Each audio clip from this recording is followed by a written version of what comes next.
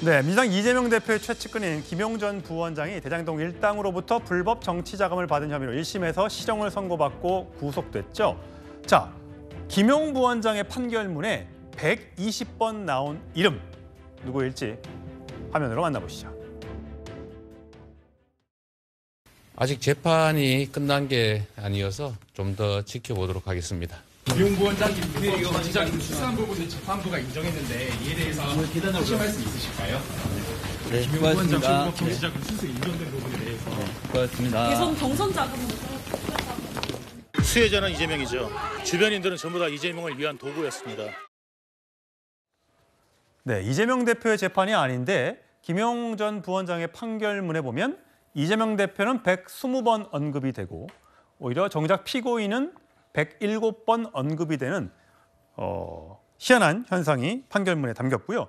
사실 김용 부원장의 유죄 판결이 나오게 된 건 유동규 전 기획본부장의 증언 때문이죠. 자, 저희 채널A와의 전화 통화에서 이렇게 언급하기도 했습니다. 그 목소리도 들어보시겠습니다.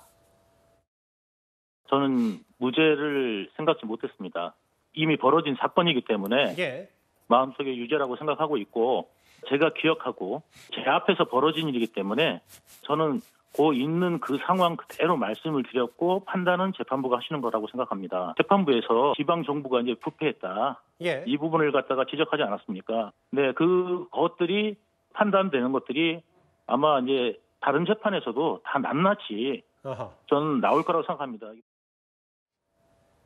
예, 보통 이제 여러 가지 재판, 특히 뇌물죄 같은 재판의 경우에는 이 주는 사람은 증언을 해도 받는 사람이 인정하지 않으면 뭐 물증을 어떻게 통장으로 받지 않는 이상 입증하기가 굉장히 어렵지 않습니까? 그런데 재판부가 김용 전 부원장의 증언보다는 유동규 전 본부장의 증언을 많이 인용을 해줬습니다. 거의 100%를.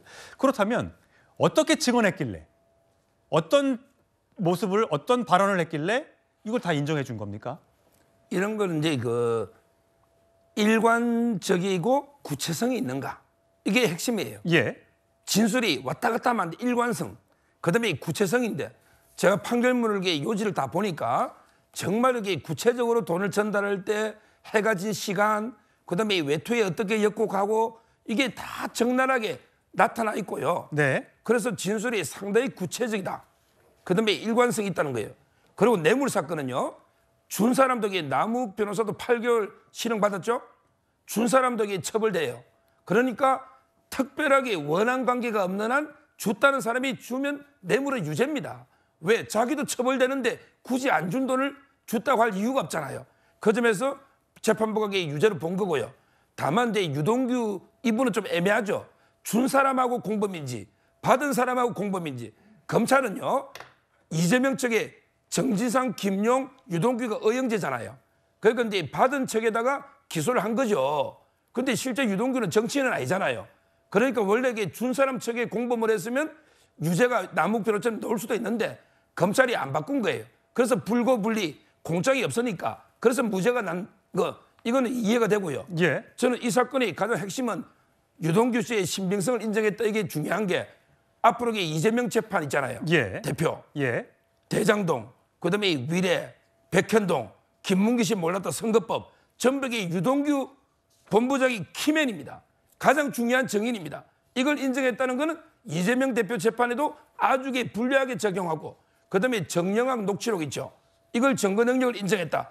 이것도 상당히 중요하고요. 마지막으로 꼭 드리고 싶은 말씀. 이 재판이요. 김용 부원장이 기소가 된 게 정치자금법은 2022년 11월 8일이에요. 네. 뇌물은 추가 기소됐죠?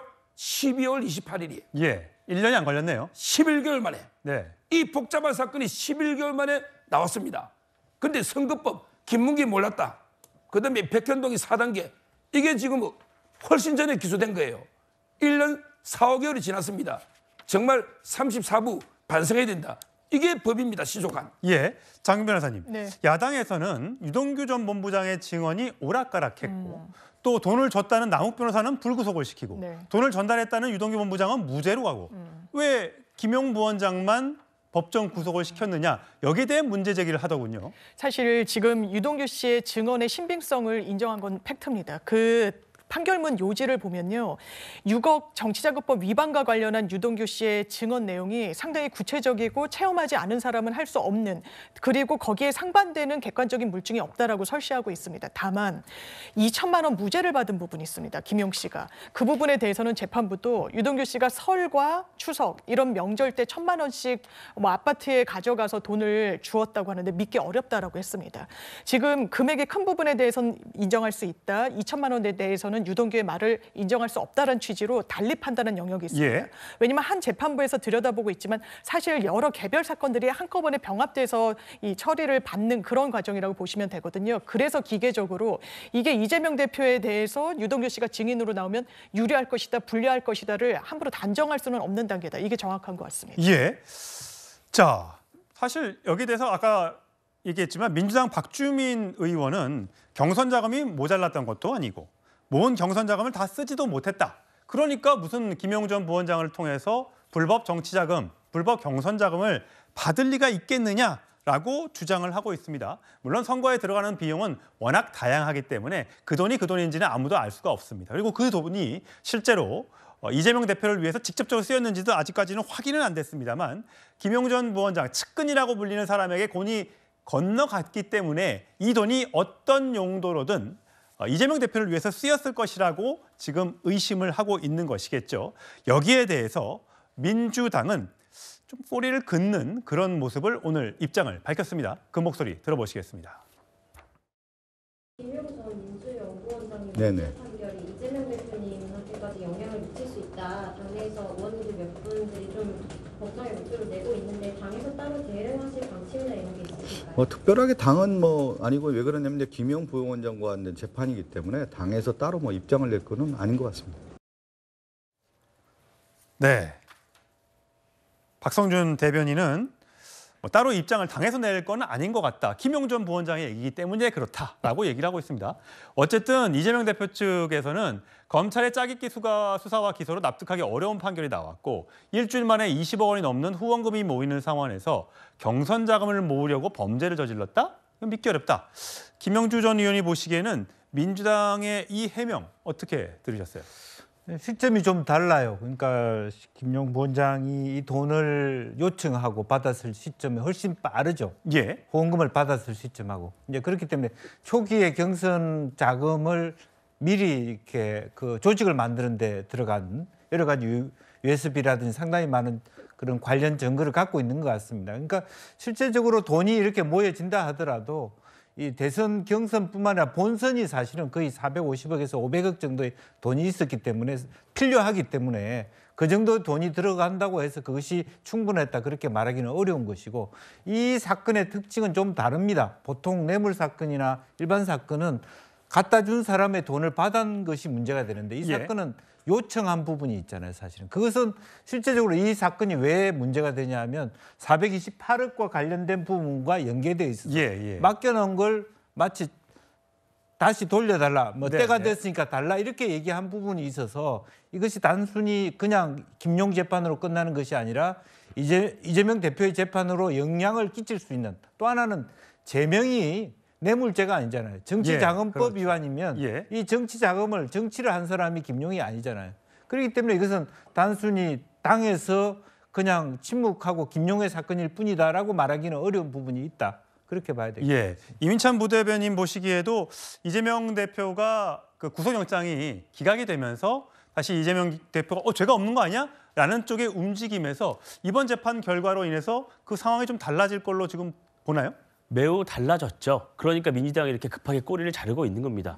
통상 이 정도 사안으로 1심에서 이 정도 판결이 나왔으면 그 당사자, 최대 수혜자인 이재명 대표가 사과하는 게 그동안의 정치의 관례였습니다. 근데 꼬리 자르기를 한다는 건 그만큼 두렵다. 이 반로에서 나오는 행위로 보이는데요. 상식적이지가 않아요. 어떤 우리가 선거 자금을 모집하지만 그 선거 자금을 어디에 어떻게 쓰는지는 정치자금법에 촘촘하게 다 나와 있습니다.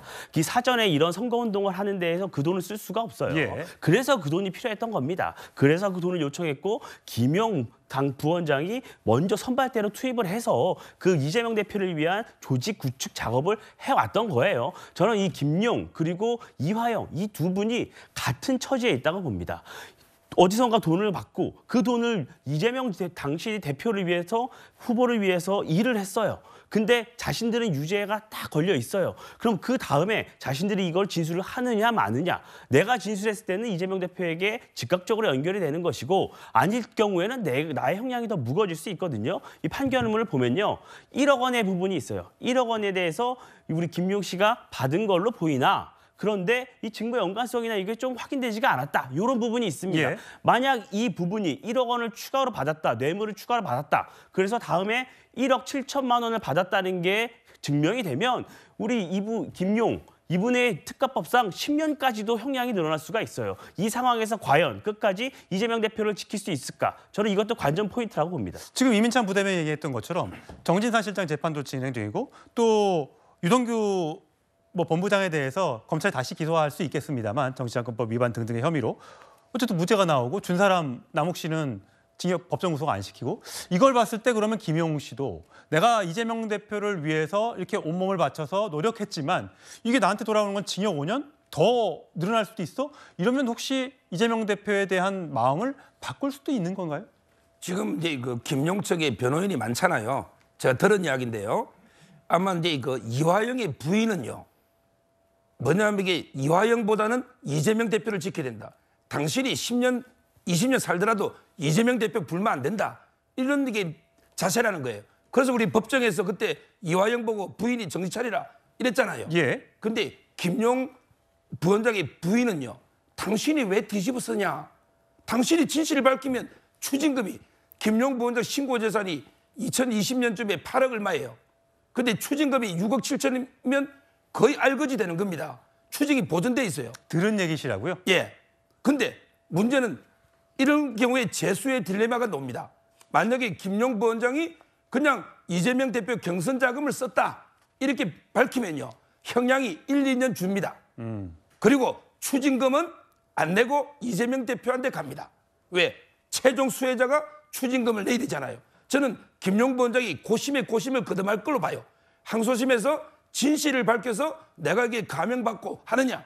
끝까지 이재명 대표와 의리를 지켜서 내가 떠안을 거냐. 이런 게 재수의 딜레마에 빠져 있다. 이래 봅니다. 예. 항소심까지 가야 되기 때문에 아직 저희가 재판 결과를 미리 예단할 수는 없습니다만 지금까지 상황을 이렇게 정리해드렸고 이재명 대표가 대선 후보로 선출된 2021년 경선에서 선거관리위원장을 맡았던 이상민 의원이 이렇게 말하기도 했습니다. 제가 그 작년 민주당 이제 대선 후보 경선의 선관위원장을 맡고 있어서 사실은 이런 경선에 사실 막대한 돈이 들어가거든요. 정식 후보가 된 이유는 국가에서 돈이 나오기 때문에 돈 문제가 투명한데 그 전 단계 경선에 있어서는 사실 돈이 어떻게 왔는지 어떻게 쓰였는지 사실 애매모호한 게 많아요. 하여튼 이런 문제가 재판부에서 해서 돈이 주고받고 했다. 그게 경선 자금으로 쓰였다. 이런 거를 보면서 참 부끄럽습니다. 네, 민주당 내 대표적인 비명계 의원인 이상민 의원이 참 부끄럽다 이렇게 논평했습니다.